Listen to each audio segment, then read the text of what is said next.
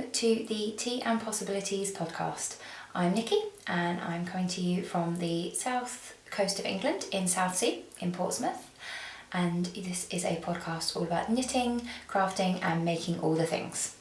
You can find me on Twitter and Instagram as hippie_Nikki, and you will find the show notes for this episode at my blog www.thepossibilityengine.blogspot.co.uk.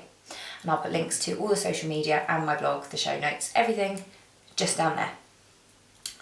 So yeah, this is my very first episode, which is kind of scary, a bit exciting, but nerve-wracking. I've wanted to make a podcast for a really long time now. So yeah, I'm really looking forward to trying something new. Been vlogging for about a year, so it's time to switch things up a bit. As this is the Tea and Possibilities podcast, it makes sense to start with what is in my teacup. And first of all, the teacup. How great is this for a knitter? I got this last Christmas. My partner Rich and I went to visit his family in Cornwall, and we went to Triceratops Gardens where there was a fantastic National Trust shop, and I bought this really beautiful picnic rug there that was made out of recycled bottles. Really lovely. And as I was going to pay, I spotted this, and it had sheep, and all the sheep have got little knitted jumpers on, and inside it says the knitting circle. So I had to have it, had to come home with me, the knitter. And today I have got good old fashioned Earl Grey, which I found at Tesco's. It's Tesco Finest actually. Earl Grey is one of my favourite kind of everyday teas. And sometimes, you know, I like to try different kinds because they can all be a little bit different. My absolute favourite is Cozy Tea, Earl Grey, which I get from Meadow Yarn. Whenever I have an order there, I always treat myself to a little bit of Cozy Tea. But yeah, this one I have to admit I was a bit dubious about, because when I opened the box, holy bergamot Batman, it smelled like aftershave. It was so overpowering. And we keep our tea in little jars, and even when you open up the jar to make a cup of tea, it's just like takes your head off. It's really, really strong. So I was a bit dubious that it was actually going to taste very nice. But no, this is really, really good tea. Really enjoy it. Not too overpowering with the bergamot. So yeah, thumbs up from me. As this is a knitting and crafting and making podcast, let's get started with all the stuff I've been up to recently with Whipped Up. I've actually had a week off from work this week, and I had a great big long list of things I wanted to do, and one of the first things, top of my list, was sort out my craft corner. My craft corner is just over there. It's just by the window, and it was a bit of a dump. It was really messy. I couldn't really find anything. And I thought I just need to pull it all out, organise it, get my whips in order. So that's what I did. I got up early one morning, sat down before my Pilates class and just worked on getting it all really straightened out and sorted. And I actually came across some stuff that I'd forgotten I had, which is really bad. It's great. It's like getting new stuff for free. But, you know, it also means probably I had too many whips. One of the things I did was I got these little brown labels, and I filled them in and attached them to the appropriate project bags, just so I would know what was in the project bag when I started it and any modifications. So for example, if I changed the needle size or if I changed the stitch count, anything like that, I would know straight away. Technically I could put that on my Ravelry project page, but sometimes it's nice just to have, you know, some hints or reminders just there straight away. So first up, I would like to share a really recently semi-finished object. Now, if you are one of those people that doesn't want to hear the C word for a little while, maybe go and make yourself a cup of tea. I can recommend Tesco Finest Earl Grey. Because I am one of those people who really likes to get the jump on Christmas.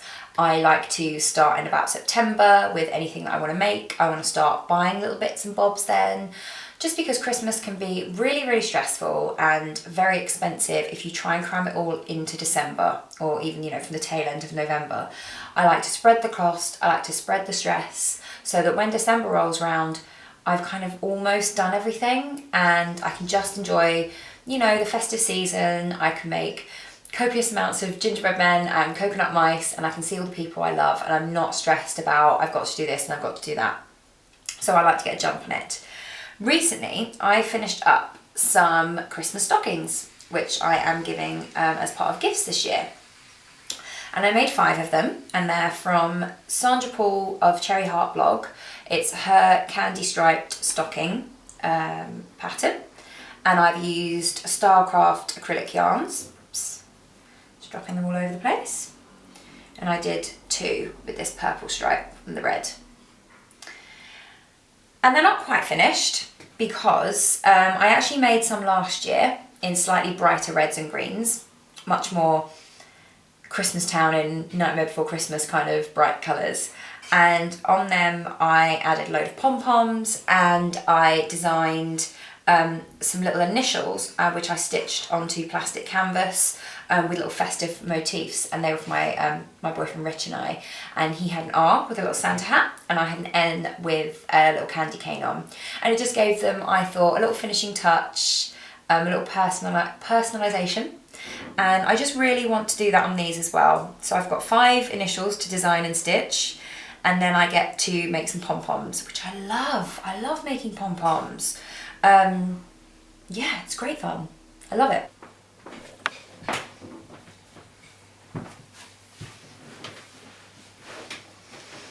So that's my only finished objects. Next up are a couple of things that are currently on my needles. First up is something that I cast on this week and that I am completely in love with because it's still really fresh and new. It was inspired by podcasts.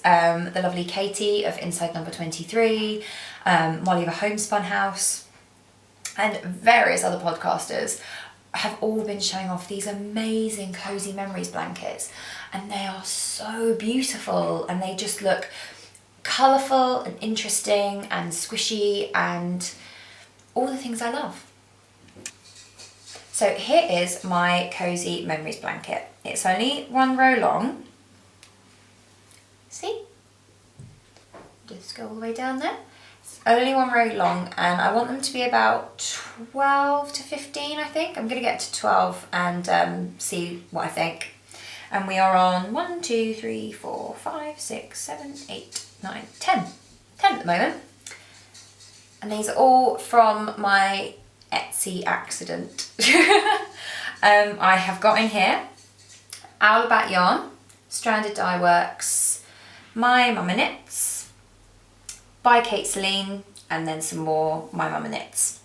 There's quite a lot of My Mama Knits because that was the biggest set that I bought. I bought from her an Alice in Wonderland set and a Scottish Myths and Legends set. The Alice in Wonderland, this is the great thing about this blanket. The Alice in Wonderland is a merino nylon, I believe. It's definitely merino, and it's so soft and smooth. And then we come to this one here. Just move all those ends out of the way. They will be woven in.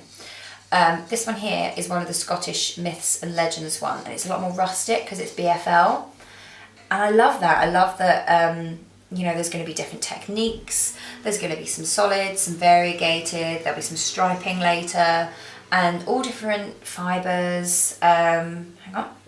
This one here this is Ice Skating Party by Stranded Dye Works, and this has got cashmere in. And when it's finished, you're going to be able to run your hand over it, and you're going to be able to feel all these different textures. And I just think that's really brilliant. There will be some project ends in this. I have got some leftover Madeleine Tosh, quite a lot of Madeleine Tosh because that's one of my favourites. I've got lots of Madeleine Tosh to go in there, and I've got some really scrummy Kettle Yarn Co, which is one of my favourite indie yarn brands. I love Kettle Yarn Co.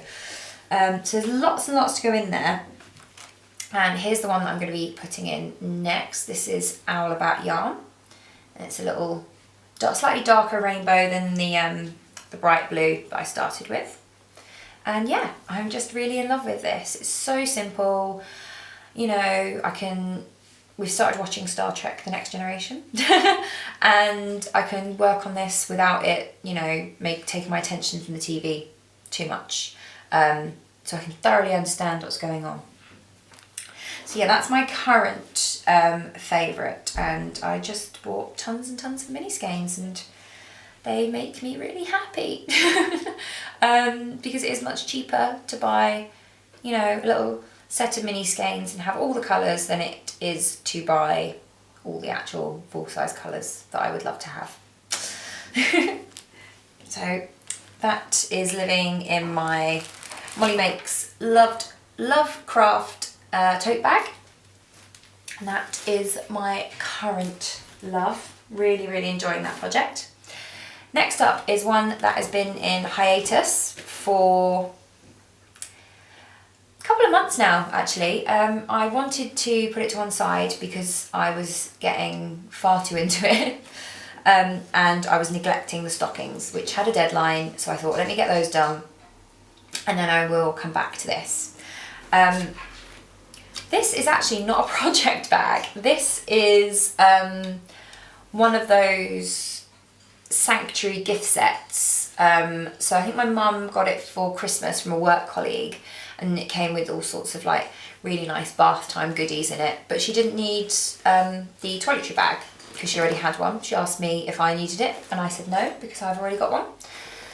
But it's quite large, it's got a nice flat bottom, it's waterproof, and I thought, well, you know, I don't have that many project bags, so yeah, toiletry bags, they're the future. And in here is a project that probably everyone, you know, has already seen, but this is the Lillypilly by Amber O'Brien, and I'm knitting it in Stranded Dye Works. It is the I'm not sure what base it is. I know it's got cashmere in it because it was a birthday treat. And Amy of Stranded actually custom dyed the colours for me, and I will show them to you. And the garter stripes are in these two shades of sort of sandy tones. And then the lace, which I haven't got to yet. It's been really nice doing the really lovely simple garter, but I am looking forward to getting to the lace because it will be in this. Yeah, this is gorgeous, isn't it? I've been wanting to knit the Lillypilly for a while, but I couldn't figure out a colour scheme that would work for me, work for my wardrobe. I thought the black and white with the red lace in the original was incredibly striking, but it's just not me. So much as I would have loved to recreate that, it wouldn't have got much wear. And then I had this idea of recreating it as a beach. As you can see, the idea is that the stripes, the garter stripes, will work up to create like a rippling beach effect. And then the lace section will be the sea. And I just think it will be so beautiful. And I'm really hoping that I can get this done by my birthday, which is at the beginning of March. So I think this is going to be my big monogamous project for the next few months. Because it's just so lovely, really is beautiful, and I think Amy did such a brilliant job dyeing these colours for me, just based on some pictures I sent her of Cornish beaches. Really beautiful job, thoroughly recommend Stranded Dye Works for all of your yarny needs. Here we go, let's just pop this all away. Next up is some things that are pretty imminently on the needles. The first being this brilliant kit from Sincerely Louise. I got this from the Knitting and Stitching show at the end of March. I actually spent some birthday money on it, and so it's a little birthday treat for myself. And it's her Make Your Own Triceratops Head. So I bought this as a birthday treat, but I actually picked it up for our home. At the time, my partner and I were talking about possibly buying very soon, and yeah, my mind was buzzing with ideas for how I decorate this home. It's obviously in rented accommodation, there's not a great deal that you can do. And this was top of my wish list. I wanted this in the hallway, I wanted it to be the first thing that guests saw, because when it's finished, I want to make her a little necklace. So have a felt banner just underneath saying welcome or hello, something like that. And this was going to be kind of our entry hall welcome for guests. So yeah, and I still want it. We're currently living in a rented flat, but I still want it. I still think it would look absolutely gorgeous. And there are so many of her other ones that I want to get. She's just released a unicorn, And I think she has just released, or she is about to release, a dragon, which is just brilliant. And there's a ram head that I really want as well. And as I'm sitting here, I'm actually opposite our sofa, which has a really big blank expanse of wall behind it. And now I'm thinking that it would be a great place for some really interesting knitted heads. Not sure how Rich would feel about that, but you know, I'm sure I could spin it somehow, right? So yeah, that's going to be pretty imminently on my needles. I'm really, really looking forward to working on this. I think it's going to be really interesting. Never tried 3D knitting before, so yeah, it's going to be a good one. The lovely people at loveknitting.com sent me some of their new paint box yarns to review. And when they arrived, I thought how lovely they were, because they are cotton and they're quite soft. To be honest, I'm probably not the best person to ask about cotton softness, because I don't particularly find it too hard on my hands when I knit. So, you know, but for me, I thought this was really soft. And look at the colours. They're just gorgeous. When I first received these, I was considering striping them up into just a cowl, just to wear throughout the winter season, because they are pretty frosty. But then I thought, you know, I've got a lot of cowls. I'd like them to be something a bit more special than that. So now I thought maybe I could knit tons of little triangles out of these and string them together to make festive bunting for the flat, so that it's not all just red and green this Christmas, and we have some more kind of frosty, frozen inspired colours, which was an idea that I ran with for, you know, a little while, but it wasn't quite right. And then I had a slightly mad idea. I decided that it might be quite fun to do Fair Isle festive bunting, bearing in mind I've never designed Fair Isle and I have never knit Fair Isle. But I dug out my trusty knitter's graft paper notebook, and I had a little doodle, and I had a look on Pinterest for some inspiration. And I've got a few here. I'll show you one of them because it's the finished one. I'm going to do a snowflakey one here, and it will have a band of the Fair Isle at the top, and then there'll be a block of colour doing the rest of the triangle. And I'm going to try and get some other designs. I've kind of got them worked up here, but they're a bit scrappy, so I won't share them just yet. So that is where these beauties are going to end up. I think they're going to be really lovely if they work out.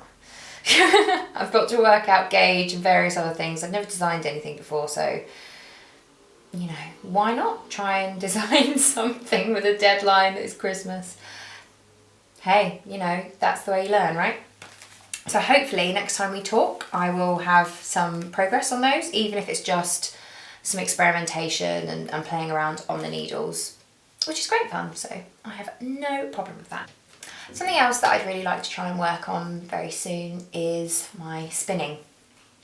When I was tidying up my craft corner, you may remember that I said I found some things that I'd forgotten about.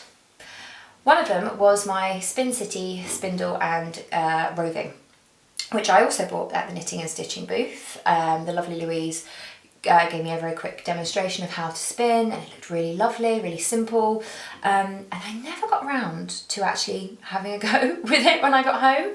I mean, in my defence, I moved from London to Portsmouth shortly afterwards, and then we were staying with friends and I moved again into our flat, but you know, it's been a while, time to have a go. So while I was tidying up my craft corner, I found my very beautiful spindle. As you can see here, it's got all these dried flowers just in the resin whirl here. And it's beautiful. It's just such a lovely thing. And I also bought this roving, which I believe is called Dolly Mixture. I think it's BFL Merino Soy Silk. And I think there's some glitter in here, although that may just be that it was next to quite a glittery bat when I bought it.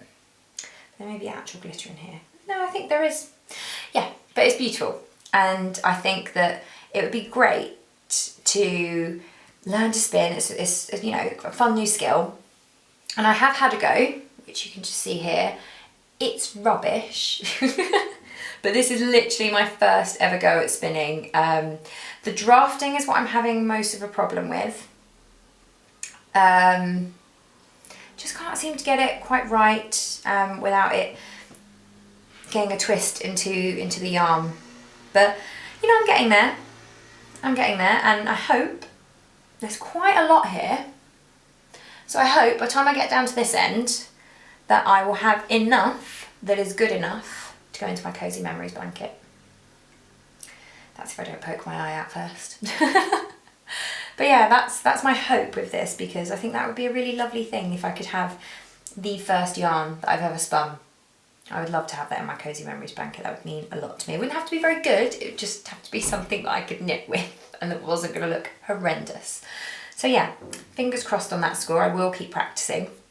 As I said, we've actually started to watch Star Trek The Next Generation, which is totally new to me. So I might start spinning while we watch that. Yeah, so I will have a go. I have to admit, it is quite difficult to keep at something when you're so very bad at it, but you know, how else am I going to get good at it?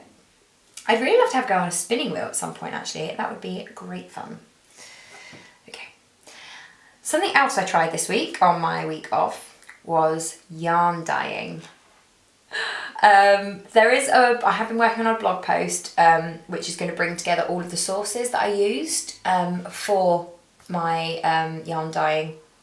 I am by no means an expert. As I say, this is my very first time dyeing yarn, but as a beginner I thought it might be quite useful to other people to know where I got my dyes from, where I got my kit from, what books or online video resources that I used and that I found very helpful. So you can just have all of those in one place, so look out for that. That'll be coming up in a week or so. And get ready. This is my first skein of hand-dyed yarn and I love it. I absolutely love it. This has actually sparked something of an orange obsession for me. I treat myself as a little self-love treat once a month to a pedicure. And this month, guess what colour I had my toenails painted? Bright orange. I actually had an idea in my head for a variegated kind of bright yellow, mustardy yellow with a flash of pink with little orange speckles in. As you can see, that didn't quite go to plan. But I really enjoy the process. I am not sad about this. This is beautiful. And from how that went, I had another go. And so I could try and get the pink more defined. This is very poorly skeined. I really should skein this up again. But I ended up with the exact same thing. So I think that for what I want to do, the method I was using is just not quite right. And I need to have a think about the amount of dye I'm using for one colour versus the other colour, and I'm going to try a different technique. So I've actually started reading this book, Hand Dyeing Yarn and Fleece by Gail Callahan. And I'm going to go through that, and based on what I've learned from these two skeins, because even though they didn't go to plan, I learned a lot from them because I went in with an idea of what I wanted to do, which means that instead of just playing and seeing what happened, I was more able to go, okay, this didn't happen, this did happen, why? And I was more able to kind of think about it. So I'm quite glad I went in with a defined idea of what I wanted to do. And this is such a great book. This is beautiful. It's got all the stuff about setting up your dye studio, safety, protecting your lungs, eyes and skin. Loads of stuff about testing the pH, which I have to admit, I didn't do. At the moment, I'm just really excited about playing with the colour. I just love it. It really is fun. But they've got a variety of dyes to try, and I know there is a section in here on different kinds of dyeing. So they've got tie dyeing, immersion dyeing, monochrome dyeing, multicoloured.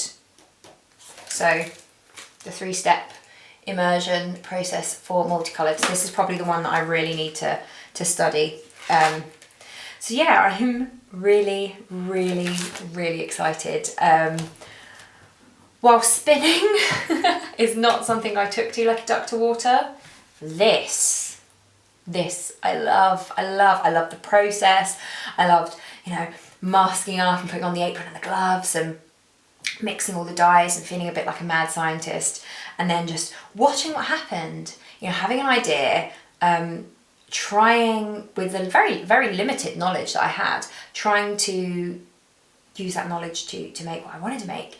And, it didn't turn out what I wanted, but so what? Because this is beautiful.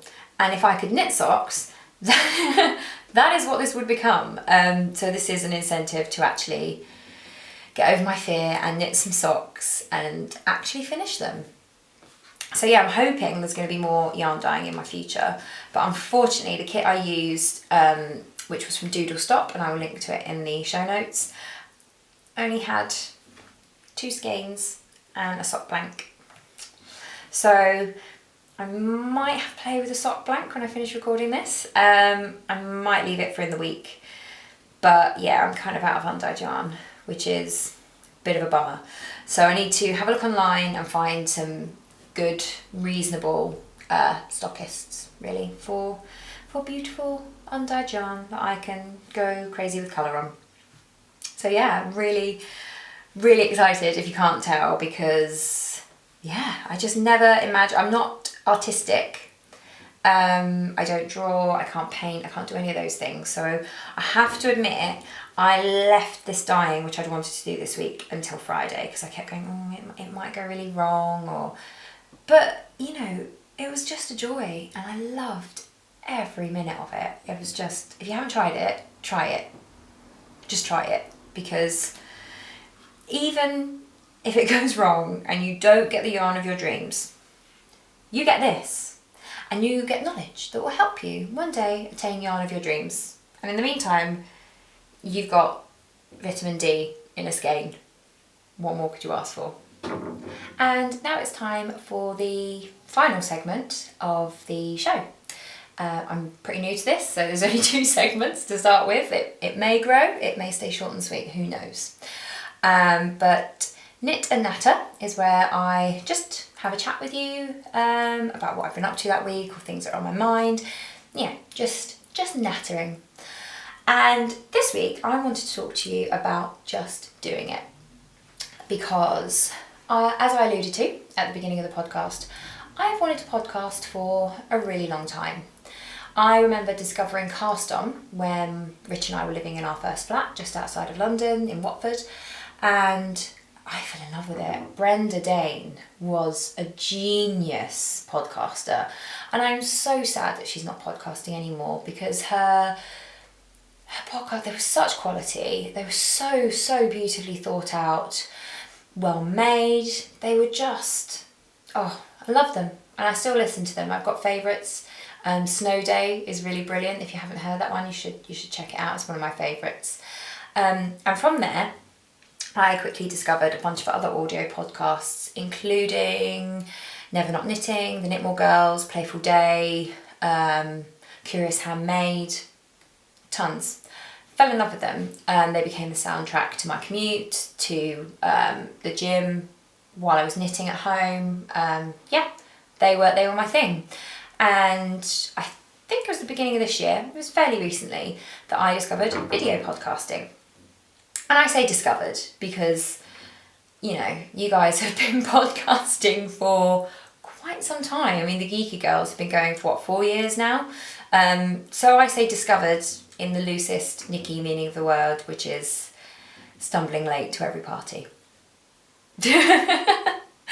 So yeah, the more I listened and the more I watched, the more I wanted to get in on this, because there seems to be a really strong podcasting community among the podcasters, among the people they speak to. And I thought, that seems really lovely, and I'd love to get involved.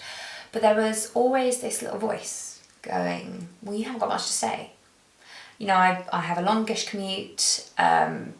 I work a 40-hour week.